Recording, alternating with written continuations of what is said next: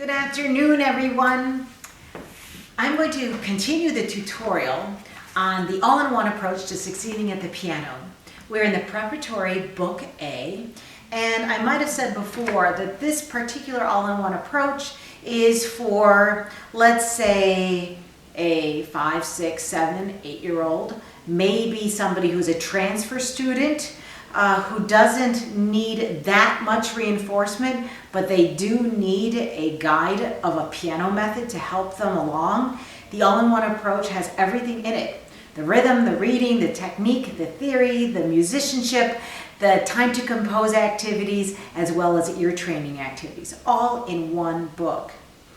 So let's start with page 32. Here the students are learning steps for the first time. I think that using little erasers like these, a little fish, a ball, and an ice cream cone, really help our students visualize what a step is. So we can put an eraser on middle C, guide note middle C, and then put another eraser a step up from middle C and ask our students what that next key is. And they'll say it's a D. And we can explain to them that a step is just one note, one white key note away from another note. So we can have the students still keep that eraser on middle C and then put an eraser a step below middle C. And they'll tell us, that's a B. And then we can continue with treble G, steps up and steps down from treble G, and then have them put an eraser on bass F. So they're always reviewing their guide notes. And they can say, oh, this is a step down from F, it's an E, and then a step up from guide note bass F is G. So we must remind them that when we're talking about steps, we're only talking about the white keys and not the black keys.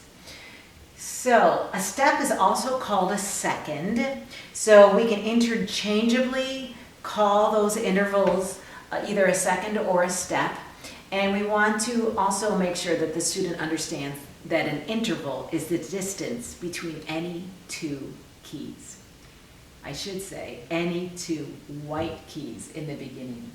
So the ice cream truck is in middle C position. The student puts both of their thumbs on middle C. I find that if the right hand thumb is closer to the body and the left hand thumb is just about an inch up from the right hand, then they're a little bit more comfortable.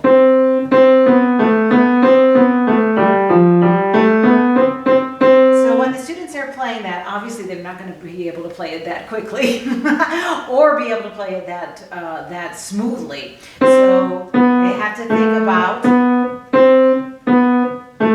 letting their forearm and their wrist feel as one playing unit and drop to the bottom of the keys. They'll notice that the wrist is slightly flexible, but we don't want to have a really loose wrist. We don't want that kind of bouncing action with our students in the beginning at all.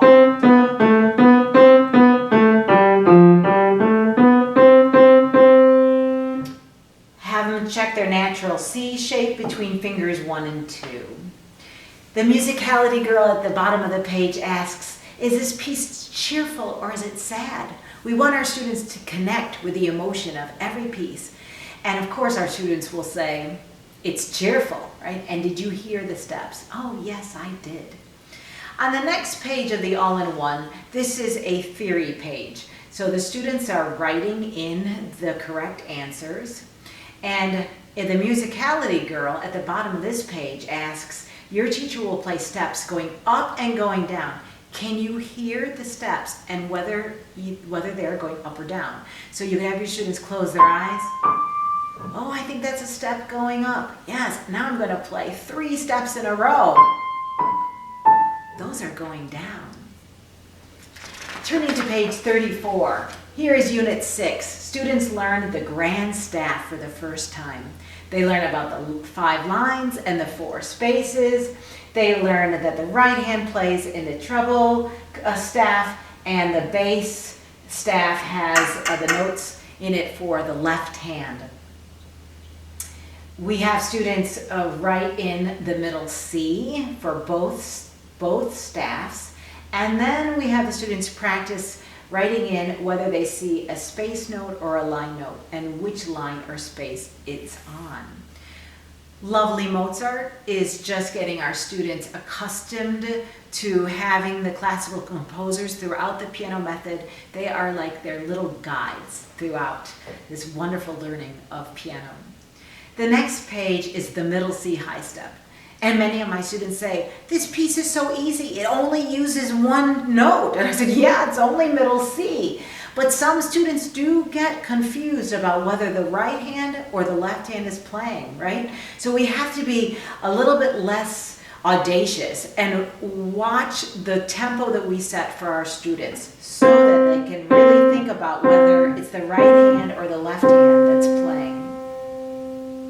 I like to say that the middle C note is on a little piece of line in the middle of the staff. I think that connects really well with children. At the end of the piece, we ask our students to lift their hands off the keys, wrists first, so that they have a beautiful way to finish every piece. On page 36 and 37, we learn guide notes for the first time. So as I said before, with the idea of the erasers being used for steps, what I did with the guide notes of G and F was called discovery learning. So I taught them that this was G and this was guide note F, and they're just thinking about that information. I'm just saying it as something new. But then later on in the book, I'm really going to teach them what those special notes are.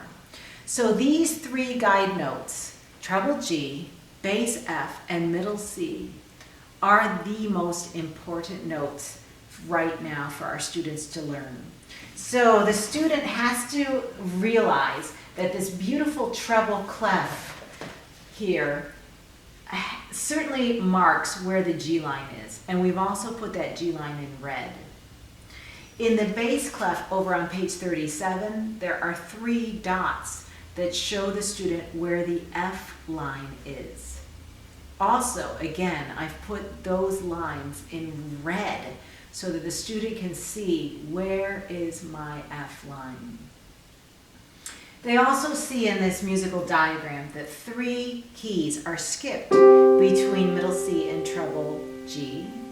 And on the next page, they also see that there are 3 keys that are skipped between middle C and bass F. These are mirror images of each other. The first piece, a rainbow, we can ask our students, what kind of mood will this piece put you in? And some of our students will say, oh, it's a really happy piece, it'll put me in a good mood. And then we can ask, how is moonlight different than rainbow? And our students will say, oh, moonlight is much more peaceful. And if you notice some of the recordings of the videos of my lessons with students on the Succeeding at the Piano website, you'll hear students think about the differences between these 2 pieces. I will play both the teacher part as well as the student part together.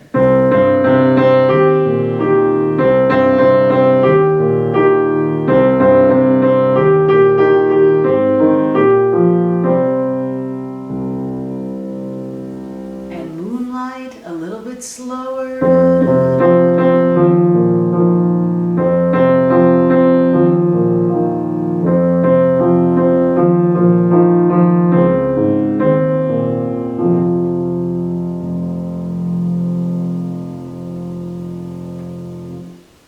Students can learn these 3 guide notes visually on the page, kinesthetically, so they can really feel them underneath their fingers,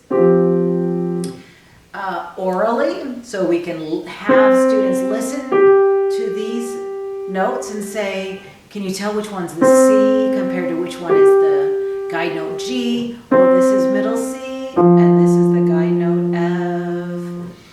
And this way we apply various senses so that our students can remember those 3 guide notes.